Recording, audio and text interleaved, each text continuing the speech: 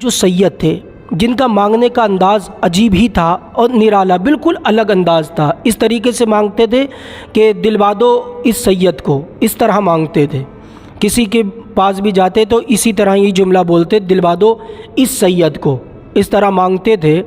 بہت زیادہ غریب تھے، کھانے کے لیے پیسہ نہیں تھا، رہنے کے لیے گھر نہیں تھا، تو مانگا کرتے تھے، مجبور تھے۔ ایک دن اعلیٰ حضرت عظیم البرکت مجدد دین و ملت شاہ امام محمد رضا خان فاضل بریلوی علیہ رحمہ کے دربار میں حاضر ہوئے۔ اعلیٰ حضرت عظیم البرکت ابھی گھر کے اندر تھے، یہ فاٹک پر آئے اور ان کا مانگنے کا یہی انداز تھا کہ دلوا دو ایک سید کو۔ آواز سنی تو اعلیٰ حضرت باہر آئے، اور جب یہ فاٹک کے باہر کھڑے ہو کر کے یہ آواز لگا رہے تھے، اعلیٰ حضرت کی حویلی پر ایک نہ ایک آدمی ضرور کھڑا ہوتا تھا، لیکن اس دن اتفاق تھا کہ کوئی بھی نہیں تھا، اور یہ فاٹک کے اندر چلے گئے مانگتے مانگتے۔ اعلیٰ حضرت عظیم البرکت کو ملے، زنان خانے تک یہ پہنچ گئے۔ اعلیٰ حضرت نے جب یہ آواز سنی کہ دلوا دو ایک سید کو، تو سید کا احترام تو اعلیٰ حضرت، آپ نے سنا ہوگا پالکی میں بیٹھے خوشبو سے پہچان لیا کہ کوئی سید زادہ میری پالکی کو کاندھا لگائے ہے۔ آپ پالکی سے اتر گئے، پوچھا کہ کوئی سید زادہ ہے کیا؟ آپ پالکی سے اترے، پھر ان کو پالکی میں بٹھایا اور خود اپنے کاندھے پر پالکی کو اٹھایا اور لے کر کے جانے لگے۔ سید کا احترام اس طرح کرتے تھے۔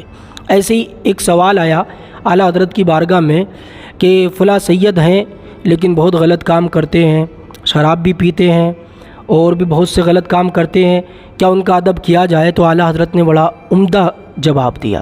اعلیٰ حضرت نے فرمایا کہ ان کا احترام ان کے اعمال دیکھ کر کے کر رہے ہو، یا ان کے اندر نبی کا خون ہے یہ دیکھ کر کے کر رہے ہو؟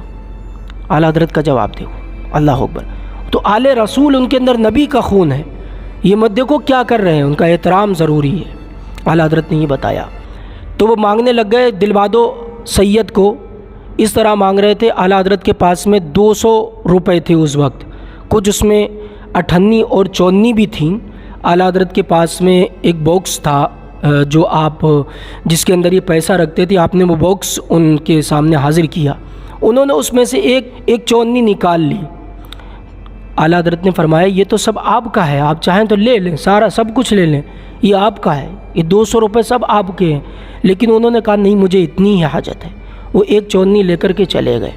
اعلیٰ حضرت عظیم البرکت نے دیکھا کہ وہ ایک 54 لے کر کے چلے گئے، اپنے تمام خدام کو حکم دے دیا کہ ان کا تلاش کرنا، جب جب یہ مانگے تب تب انہیں دینا۔ اتنا احترام اعلیٰ حضرت عظیم البرکت سیدوں کا کرتے تھے۔ پھر ایسا ہی ہوا، وہ جب بھی دکھ جاتے تھے کسی بھی خادم کو اعلیٰ حضرت کے، تو وہ اسی وقت ان کو ایک 54 دے دیتا، واپس چلے جاتے۔ وہ اتنا ہی لیتے تھے جتنے کی ضرورت، اس سے زائد نہیں لیتے تھے۔ تو آج لیکن معاملہ کیا بن چکا ہے کہ اگر ہمارے پاس کوئی مانگنے والا آ جائے تو ہم اس کو دھتکار کر کے بھگا دیتے ہیں۔ میرے دوست، کوئی بھی انسان بہت بڑی مجبوری ہو تبھی مانگتا ہے اس دور میں، ورنہ کوئی بھی اپنا حال اس طرح نہیں بگاڑے گا کہ اسے مانگنے کی ضرورت پڑے۔